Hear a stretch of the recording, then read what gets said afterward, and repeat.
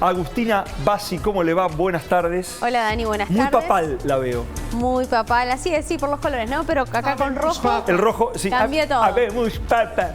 Muy bien. Igual, te sale igual.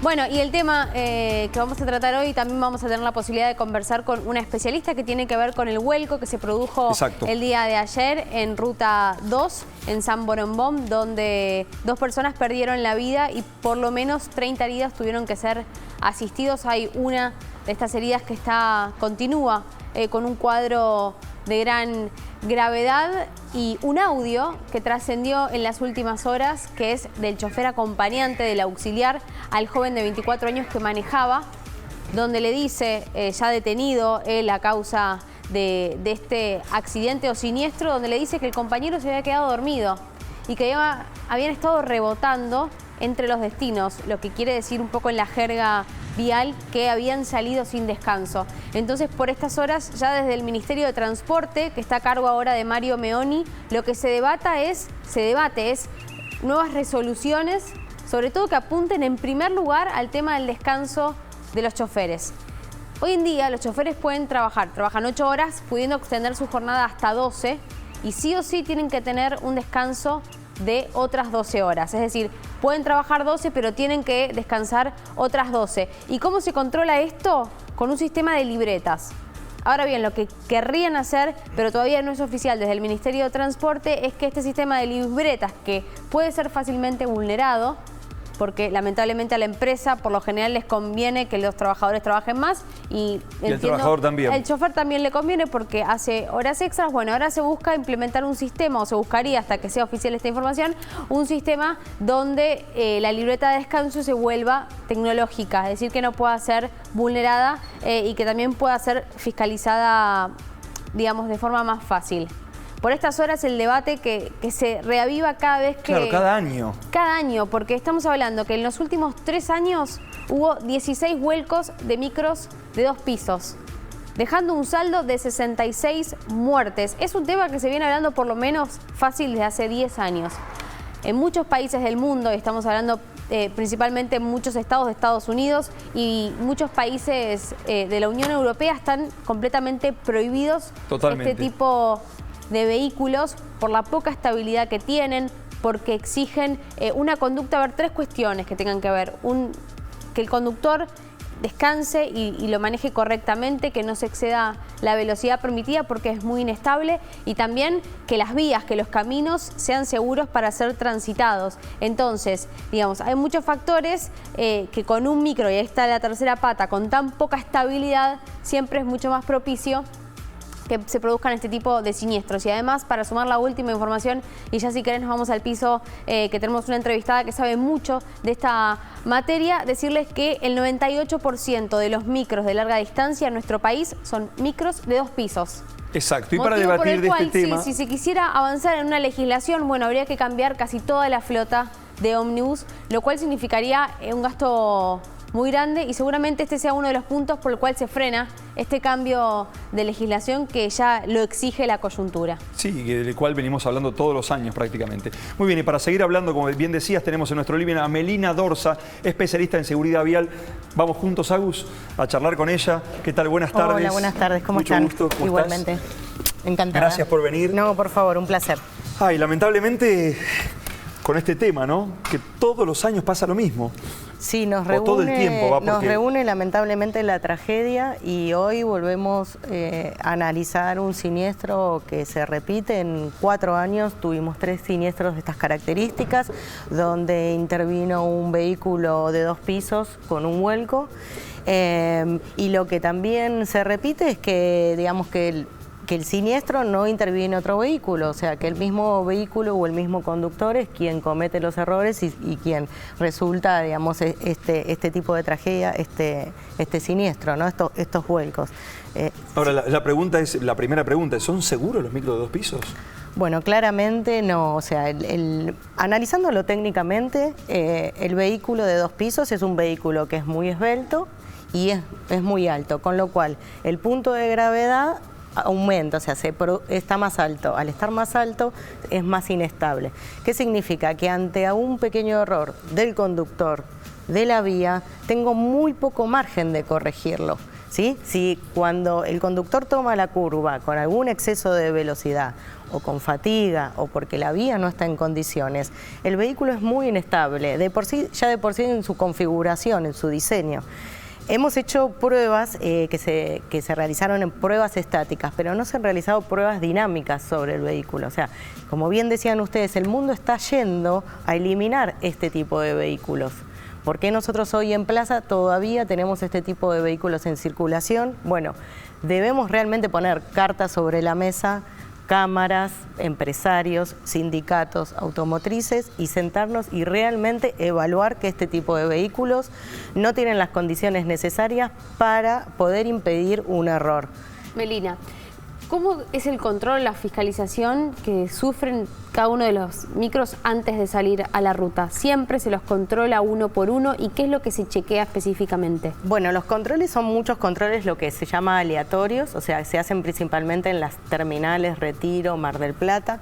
El problema es que muchos de estos vehículos, como son turísticos, salen de puntos General Pacheco, entonces no se controla el 100% de las unidades. Si hablamos sobre los controles, lo que se controla es el control de la documentación, tanto de la unidad como del chofer y de las cuestiones técnicas del vehículo. Lo que no se está controlando son las velocidades, lo que no se está controlando son las malas maniobras, o sea, necesitamos controles dinámicos. Nosotros como ciudadanos, cuando conducimos por la Ruta 2 para irnos de vacaciones, vemos un montón de cosas. ¿Dónde está la autoridad, ¿no?, para parar en el momento un vehículo que está en exceso de velocidad o que realmente no descansó? Este tipo de micros tienen, ¿no?, un marcador que les indica cuando se pasan de la velocidad máxima permitida. ¿Cómo funciona eso? Bueno, es un limitador de velocidad, pero simplemente avisa de forma interna con una chicharra si se excede la velocidad. No es que tiene un tope, o sea, esos vehículos tienen que circular hasta 90 kilómetros por hora, pero si se excede en rutas hasta 90 kilómetros y en autopista hasta ¿cuál en es la autopista máxima? Es 80. 80 en autopistas. Sí. En el caso de la Ruta 2 es 90 máxima, se puede exceder hasta 100. Pero el problema acá es que estos vehículos ya a esa velocidad, cuando se toma mal una curva, se produce este tipo de vuelco. También debemos recordar es que, y bueno, los audios están, ¿no?, pero el chofer no había descansado. Exacto, con eso diste justo en un punto, porque tenemos el audio de uno de los choferes. ¿Lo escuchamos? Mi compañero volcó, yo iba en la cucheta, compa. Iba en la cucheta y llegamos y rebotábamos, compa, como coso. Encima llegamos atrasados y salimos, así como llegamos, limpié el micro y salimos de nuevo, compa. Se durmió, lo dejé dormir 2 o 3 horas, creo, no sé, no me acuerdo ya. Y después lo agarré, lo desperté para que maneje 100 kilómetros, 150 kilómetros y se durmió, compa, se durmió, digo yo, y se despistó en una curva y caímos a un zanjón. Bien, faltan los resultados de las pericias todavía. De todas formas, podemos adelantar ya que una de las cuestiones tiene que ver con lo humano, es decir, que se sabe que el chofer se durmió. Segundo punto, ¿crees que hubo un tema de velocidad excedido y eso hizo que sea aún más difícil la maniobra y que se despiste? Bueno, ahí quiero ser cauta porque están los peritos que van a hacer el análisis, ¿no?, y van a evaluar exacto si hubo un exceso de velocidad y con el exceso de velocidad no pudo controlar la maniobra al tomar la curva y ahí es donde el vehículo se desestabiliza y pudo haber volcado. Pero claramente el audio que recién escuchamos nos determina que estamos hablando de que es un conductor profesional. El conductor profesional tiene la mayor responsabilidad y debe saber que si está cansado, si tomó alguna medicación, si no está en condiciones, no debe tomar el viaje. ¿Y es correcto que el conductor auxiliar diga que estaba durmiendo en ese momento? ¿Eso está bien según nuestra legislación o debería justamente haber estado al lado el conductor auxiliar y quizás hasta hubiese podido evitar este siniestro? Bueno, en los viajes sabemos que van acompañados con otro chofer, en caso de backup, que alguno esté cansado, se pueden intercambiar. Pero pueden ir descansando ellos. Pueden ir descansando. Lo que acá hay una problemática es que están descansando en un vehículo que muchas veces descansan en otra butaca sentados o en una cucheta. No es un lugar para tomar un descanso. Claro. necesario, que es el que bien hablabas, Agustina, de las 12 horas de descanso. O sea, las 12 horas de descanso tiene que ser en un lugar, en su domicilio, en su cama, digamos, parece algo muy de sentido común, pero la verdad que en un vehículo o en un colectivo, en una cucheta, no es un lugar para descansar y seguir manejando. Tenemos que recuperarnos para no tener fatiga. Realmente es exigente y debemos tomar la conciencia de que no estamos trasladando tomates ni estamos trasladando personas. Y como tal, hoy podemos decir que, digamos, el mayor responsable es el conductor, desde ya, pero acá también la compañía y la empresa tiene conocimiento de cuáles son las conductas que está tomando el personal y evaluar también el sindicato, o sea, que el conocimiento que tiene, son 3 patas que tienen que juntarse y ponerse de acuerdo y velar por la seguridad, tanto de sus empleados como de nosotros ciudadanos, que somos los que vamos a tomar el viaje. Y también, ¿no? Perdón, también el tema volvemos al tema del vehículo, porque vos decías hoy, a veces el estado de la ruta o a veces una mala maniobra, por más que no se haya dormido, la aerodinámica de estas moles de 2 pisos los hacen muy inestables. O sea, al margen de que no hubiera pasado esto, quizás morder la banquina, que es algo que puede llegar a pasar, sin duda. O un pozo, o un viraje rápido, o vientos, como ha pasado en el sur de nuestro país, fuertes vientos, hacen que vuelquen. O sea, también es otra pata más que se suma a esto. El vehículo es un factor importante acá porque realmente tiene una gran incidencia por el tipo de configuración. Son vehículos que tampoco no tienen sistemas de seguridad ni de alerta por fatiga, ni de estabilidad. O sea, son vehículos que realmente tienen una configuración que ante un error humano, que el humano de por sí se va a equivocar, ante un error tengo muy poquita margen de error, de corregirlo. O sea, tengan en cuenta que desde la curva que tomó el vehículo, que empezó a chocar con el guarray, hasta la zona de impacto, ¿no? Analizando un poco la planimetría, hay solamente 130 metros. O sea, es muy poca la distancia donde yo puedo corregir el vehículo, donde el vehículo empieza a desestabilizarme, una mala maniobra, una mala experiencia. También estamos hablando de conductores muy jóvenes. Sí, 24 años. Donde se junta, exacto, se juntó el cansancio, se juntó el vehículo de 2 pisos, se juntó una curva muy cerrada, donde la banquina tampoco está preparada en el caso que yo pueda salir, para que pueda salir de la ruta, un terraplén de 5 metros. De hecho, una de las pasajeras bajó, ¿no?, a su sobrina del micro porque, entre otras cuestiones, vio que su sobrina, que los choferes estaban cansados. Digamos que ya otros pasajeros alertaron sobre esta situación. Preguntarte, Melina, por los cinturones de seguridad. Sí. Si crees que las 2 personas fallecidas y los 30 heridos los tienen puestos o no. Bueno, eso no lo puedo determinar porque no tengo la información, pero durante el viaje es clave que utilicemos el cinturón de seguridad. En un despiste, por ejemplo, si uno tiene puesto un cinturón, digamos, ¿se puede evitar terminar herido? O cuando nosotros vamos trasladados en cualquier tipo de vehículo, tanto un vehículo liviano o en este caso que es un vehículo de 2 pisos, ante un impacto, ¿sí?, el cinturón nos salva porque evita que salgamos despedidos de la unidad, ¿sí? Entonces, la utilización del cinturón es clave. Ahora, estamos exigiendo también mayor seguridad en las unidades, porque hoy este tipo de vehículos tiene el cinturón que le llamamos de 2 puntos, que es el cinturón de cintura. ¿Por qué no exigir el de 3 puntos? En noviembre la CNRT pidió a las empresas carroceras que dispongan de este tipo de seguridad, este tipo de cinturón de 3 puntos, pero lo pidió como una sugerencia. Estamos necesitando que realmente hoy los vehículos de este tipo tengan cinturones de 3 puntos, ¿sí?, y que nosotros también como usuarios tengamos la conciencia que durante todo el viaje es muy importante utilizar el cinturón de seguridad, porque ante un siniestro las lesiones siempre van a ser menores. De acá en adelante, para aquellos que tengan que, por alguna cuestión, viajar en ómnibus, ¿qué recomendás? ¿Elegir arriba, abajo, digamos, algunas cuestiones de seguridad rápidas? Porque imagino que los que tengan que viajar ahora, después de un hecho de estas características, obviamente deben estar sintiendo miedo, por lo pronto. Sí, sin duda. Porque es una cuestión de azar, además, ¿no? Te puede tocar o no que esté mal dormido el chofer. Digamos, ¿se puede evitar? Claro que sí, por eso yo no lo llamo accidentes, pero, digamos, uno como pasajero está Sin duda, estamos 100% de acuerdo, esto no es una cuestión de azar, pero sí ante la gran demanda en verano de viajes o la necesidad nuestra también de trasladarnos, la verdad que nos vemos muy afectados por este tipo de siniestros y entramos en la duda de qué hago, ¿hago el viaje, no hago el viaje? En el micro que me estoy subiendo, el conductor descansó. Muchas veces nosotros hay cosas que podemos ver, pero la verdad que necesitamos del Estado, de la empresa y de los conductores que tomen responsabilidad de cuáles son sus actos.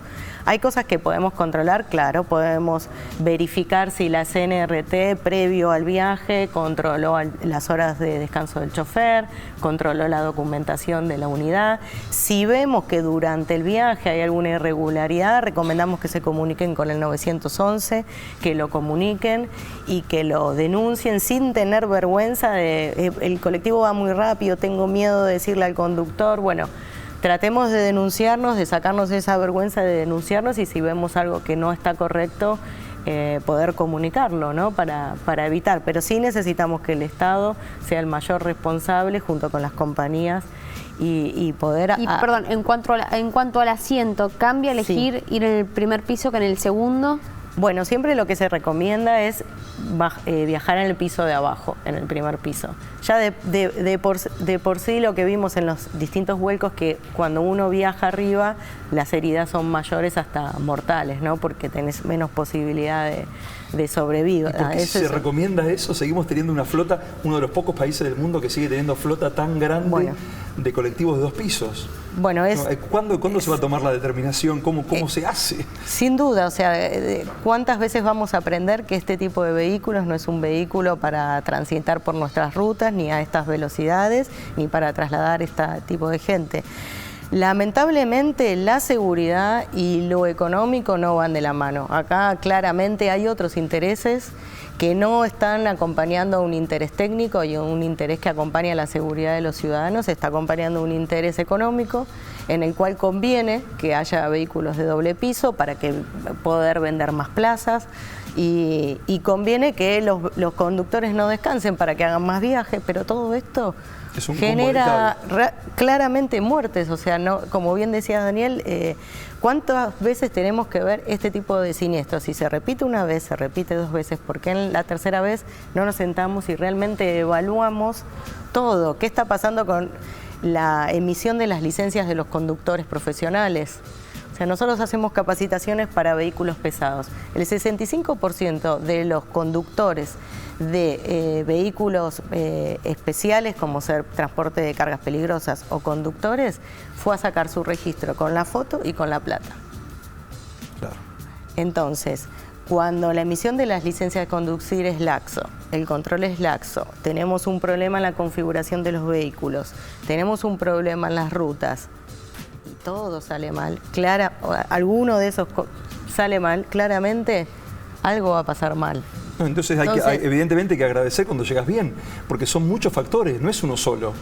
Digamos, no es solamente el azar, como decíamos hoy. No, el azar para el usuario, eso para el usuario, claro, sí, claro. Sin duda. Digo, claro. pero tenés problemas con los micros, tenés problemas con los choferes, tenés los controles, son demasiadas las rutas, son demasiadas cosas. Sin duda necesitamos que se vuelva a configurar todo lo que es el sistema vial, ¿no? Y trabajar fuertemente. Dejar de comprar este tipo de micros, o sea, ya debería haber una norma, diga, basta, ¿no? Empezar a la flota, empezar a ir para atrás. A renovarla, pero ya no con... Entendemos que económicamente, digamos, es muy fuerte renovar la flota, pero ¿qué más Está que bien, una vida, verdad? Año a año hay vehículos que se dejan de lado por la antigüedad. Ahí ya cuando lo vas a renovar debería ser que no haya más micros de 2 pisos. También podemos copiar las buenas prácticas, o sea, si el mundo está yendo a no utilizar este tipo de vehículo, ¿por qué utilizamos este tipo de vehículo para el transporte de larga distancia? Porque uno lo ve en la ciudad y lo ve en el turismo y demás. Por ejemplo, está en muy Brasil bueno. o más alejados, si querés,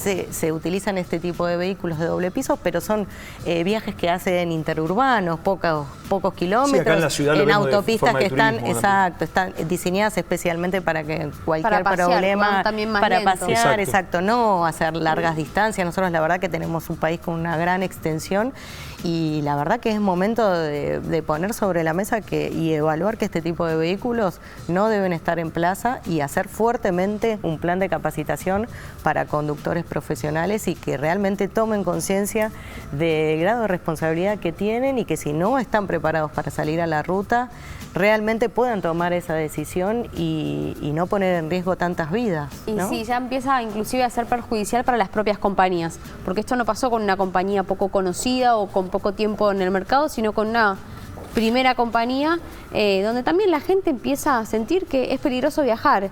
Entonces a la larga o a la corta uno termina optando por otras formas cuando tiene que hacer un viaje. Más que ya no hay tanta diferencia tampoco de precios entre lo que puede ser un aéreo low cost y un micro de larga distancia. Entonces también inclusive cambiar el sistema va a ser un beneficio para las propias compañías para evitar la pérdida de usuarios. Sí, sin duda.